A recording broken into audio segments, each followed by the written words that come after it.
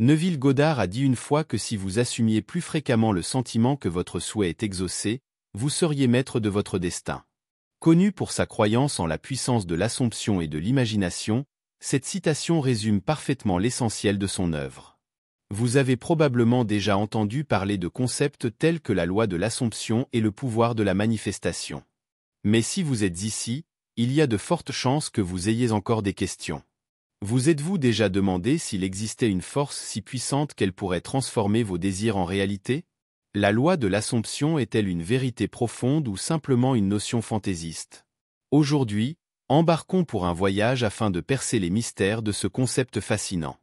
Cette loi nous pousse à remettre en question nos idées préconçues sur la manifestation et nous invite à explorer le pouvoir sans limite qui réside dans nos esprits. La grande question est de savoir si la loi de l'Assomption est une force réelle qui façonne notre réalité ou simplement une pensée utopique.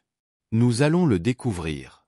En explorant ce sujet, nous discuterons de l'énigme de la loi de l'Assomption et de tout ce qu'elle implique. Commençons par la racine de tout cela. Dans notre quête de compréhension de la loi de l'Assomption, nous ne pouvons pas ignorer la figure lumineuse qui a ouvert la voie, Neville Goddard. Qui est Neville Goddard?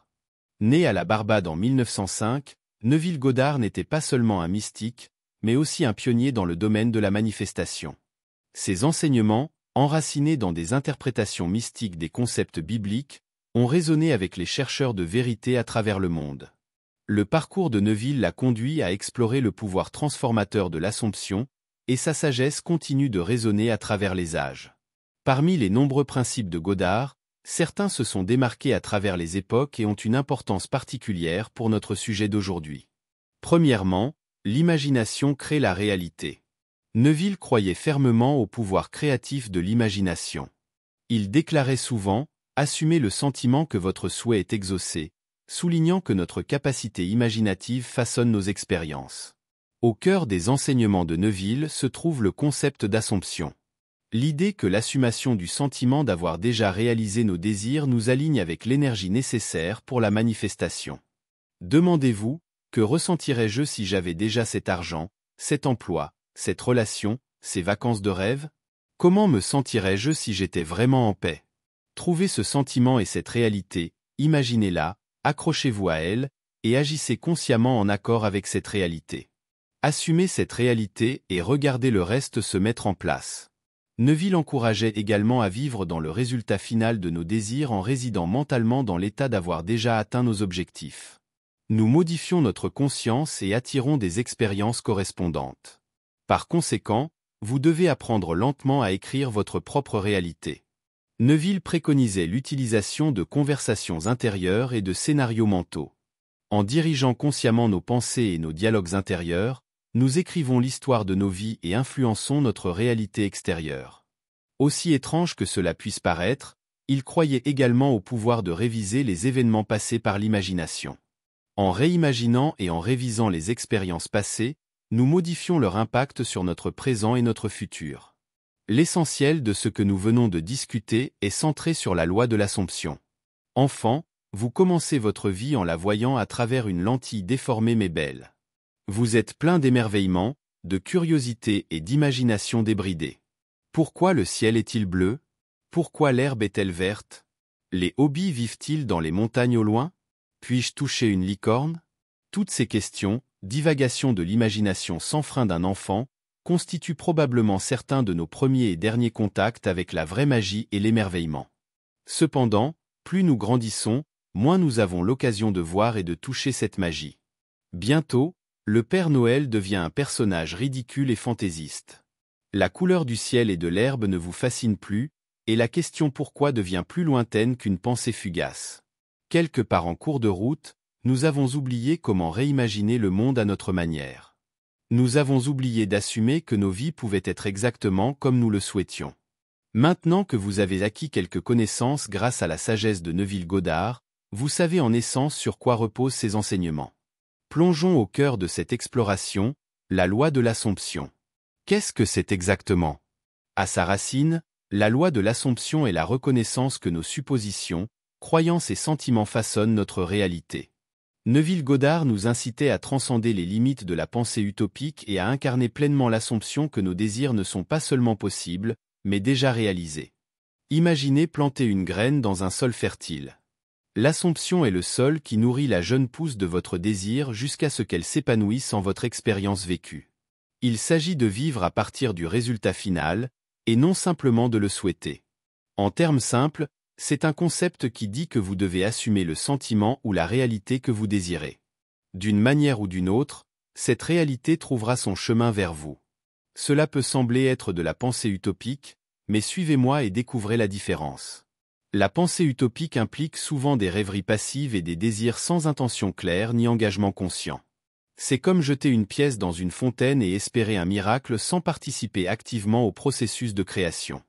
En revanche, la loi de l'Assomption est un acte intentionnel et conscient.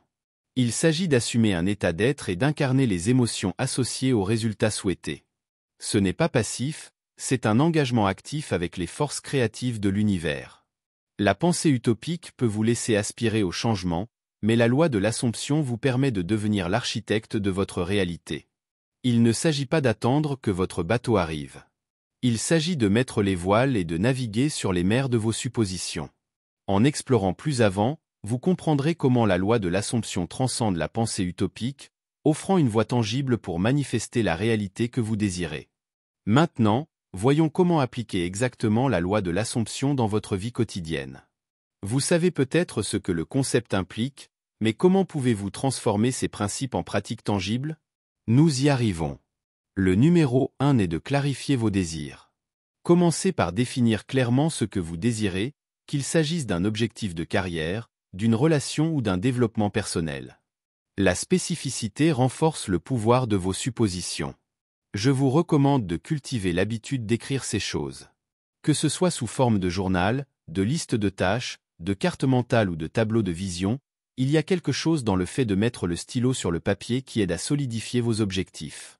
Le numéro 2 est de rédiger des affirmations. Créez des affirmations positives et au présent qui reflètent l'accomplissement de vos désirs. Par exemple, au lieu de dire « je serai couronné de succès », affirmez « je suis couronné de succès et épanoui dans ma carrière ». Le numéro 3 est d'utiliser des techniques de visualisation. Engagez-vous dans des séances de visualisation régulières, fermez les yeux et imaginez de manière vivante des scènes où vos désirs se sont déjà manifestés. L'un des plus grands défis auxquels les gens sont confrontés pour mettre en œuvre ces pratiques est de bien visualiser leur Assomption. Godard insistait souvent sur l'efficacité d'expérimenter les visualisations du point de vue de la première personne. Lorsque vous visualisez, voyez le monde à travers vos propres yeux, en vous immergeant dans les détails et les émotions de la réalité supposée. Au lieu de vous concentrer sur le processus, voyez-vous vivre la vie désirée, qu'il s'agisse de l'abondance financière, d'une relation épanouissante ou du succès professionnel. Visualisez la scène finale de manière vivante. Engagez vos sens pendant la visualisation. Ressentez les textures, entendez les sons et vivez les émotions associées à votre réalité désirée. Neville soulignait l'importance de rendre vos visualisations aussi riches en sensations que possible. Le numéro 4 est de visualiser à la première personne. Lors de la visualisation, adoptez une perspective à la première personne. Voyez le monde à travers vos propres yeux dans les scènes que vous imaginez. Cela personnalise l'expérience et la rend plus immersive. Le numéro 5 est de ressentir et le secret. Concentrez-vous sur la composante émotionnelle de vos suppositions. Ressentez les émotions associées à l'accomplissement de vos désirs. Plus les émotions sont authentiques et intenses, plus l'Assomption est efficace. Le sentiment est le langage vibratoire qui communique avec l'univers. Godard soulignait qu'il ne s'agit pas seulement de penser à votre désir, mais de ressentir comme si votre désir était déjà exaucé. Cela peut être difficile à saisir pour beaucoup, non pas parce que c'est compliqué, mais simplement parce que cela peut sembler insuffisant, décevant même. Si vous désirez l'abondance financière, ressentez la joie et la sécurité que la liberté financière apporte. Si vous cherchez l'amour, immergez-vous dans la chaleur et l'épanouissement d'être aimé. Vos sentiments sont l'aimant qui attire vos suppositions dans votre réalité vécue.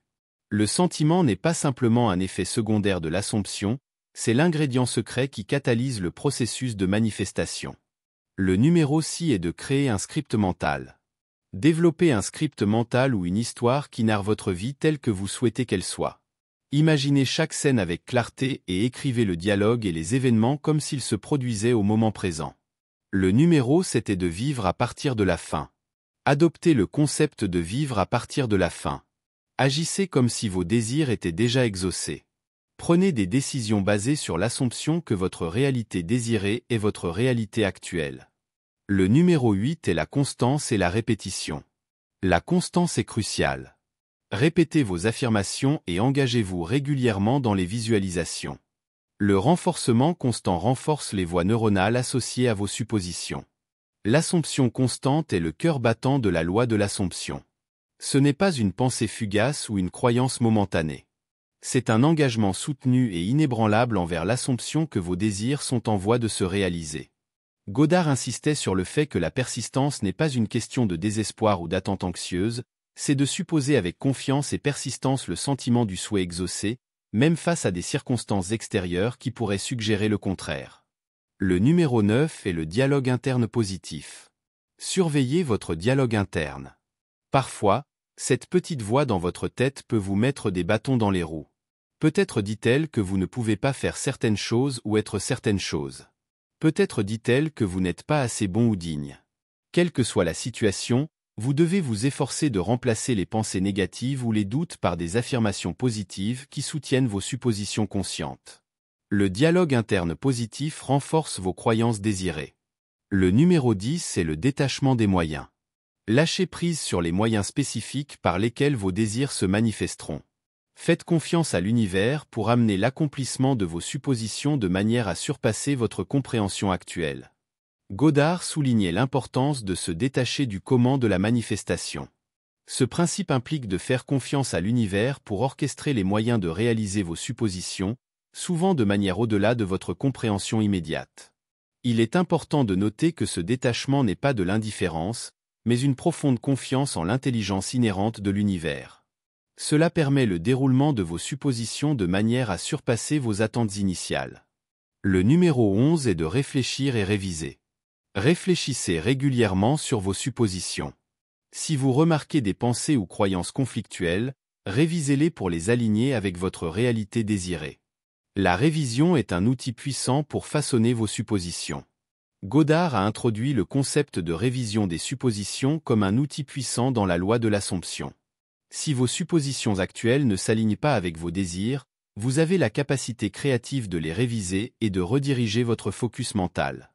La révision implique de revenir sur les suppositions, événements ou expériences passées et de les modifier dans votre esprit. En révisant la façon dont vous percevez le passé, vous modifiez son impact sur votre présent et futur. Rappelez-vous, le but est toujours de créer la meilleure vie possible pour vous. Et enfin, le numéro 12 est d'exprimer de la gratitude. Cultivez la gratitude pour les manifestations supposées comme si elles avaient déjà eu lieu. La gratitude aligne votre énergie sur une fréquence positive, renforçant le pouvoir de vos suppositions. Imaginez tout cela comme l'écriture du scénario de votre vie. Plutôt que de laisser l'intrigue se dérouler de manière aléatoire, vous devenez l'auteur, dirigeant consciemment la narration. Cela nécessite une conscience accrue et un engagement à s'engager avec vos désirs à un niveau conscient. Godard soulignait que la conscience est l'acteur clé dans la loi de l'assomption. Plus vos suppositions sont conscientes et intentionnelles, plus l'impact sur votre réalité est profond. Embarquer dans le voyage de la loi de l'assomption peut être accompagné de scepticisme et de défis. Maintenant que nous avons exploré les principes fondamentaux de la loi de l'assomption et les étapes pratiques pour la mettre en œuvre, abordons un aspect crucial. Surmonter les doutes et les défis dans le parcours de la manifestation. Pour faire face au scepticisme, vous devez d'abord reconnaître les doutes courants. Il est naturel de nourrir des doutes à propos d'un principe aussi transformateur que la loi de l'assomption. Les doutes courants peuvent inclure des questionnements sur la validité des suppositions, des interrogations sur la praticité de la manifestation, ou du scepticisme quant au rôle des émotions. Comment dépasser cela? D'abord, vous devez reconnaître ce concept comme un engagement actif avec l'univers. En assumant une réalité désirée, vous envoyez des signaux puissants qui influencent le déroulement des événements. Vous faites savoir à l'univers que non seulement vous êtes conscient des possibilités, mais que vous êtes également prêt. La loi de l'assomption n'est pas non plus un concept de niche. C'est un principe universel qui transcende les croyances individuelles. D'innombrables témoignages de divers horizons attestent de son efficacité.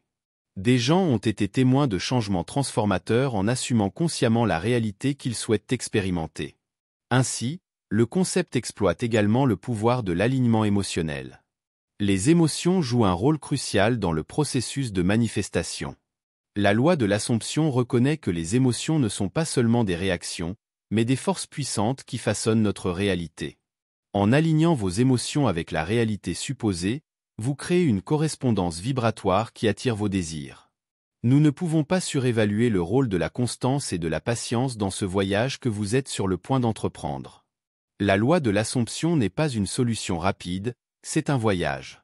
L'assomption constante et persistante est la clé pour déverrouiller le processus de manifestation. Des doutes peuvent surgir, mais la persistance dans l'assomption agit comme un phare stable qui guide à travers les défis. Plus important encore, vous devez apprendre à fixer des attentes réalistes. La patience est la compagne de la persistance. La manifestation n'adhère pas toujours à nos délais attendus. Encouragez une vision réaliste du parcours de manifestation, en comprenant que l'univers opère selon son propre timing divin. La loi de l'Assomption ne concerne pas la gratification instantanée. Il s'agit de confiance et de croyance inébranlables. En fin de compte, cette loi et ses principes ont le pouvoir de changer votre vie si vous le souhaitez. Commencez dès maintenant en réfléchissant et en voyant véritablement votre vie dans sa totalité. Qu'est-ce que vous désirez, et comment pouvez-vous assumer cette réalité pour faciliter sa réalisation? Nous espérons que vous avez trouvé des réponses après avoir lu ce texte. Si vous avez apprécié et souhaitez en apprendre davantage à ce sujet, n'hésitez pas à partager et à vous abonner pour plus de contenu. À bientôt.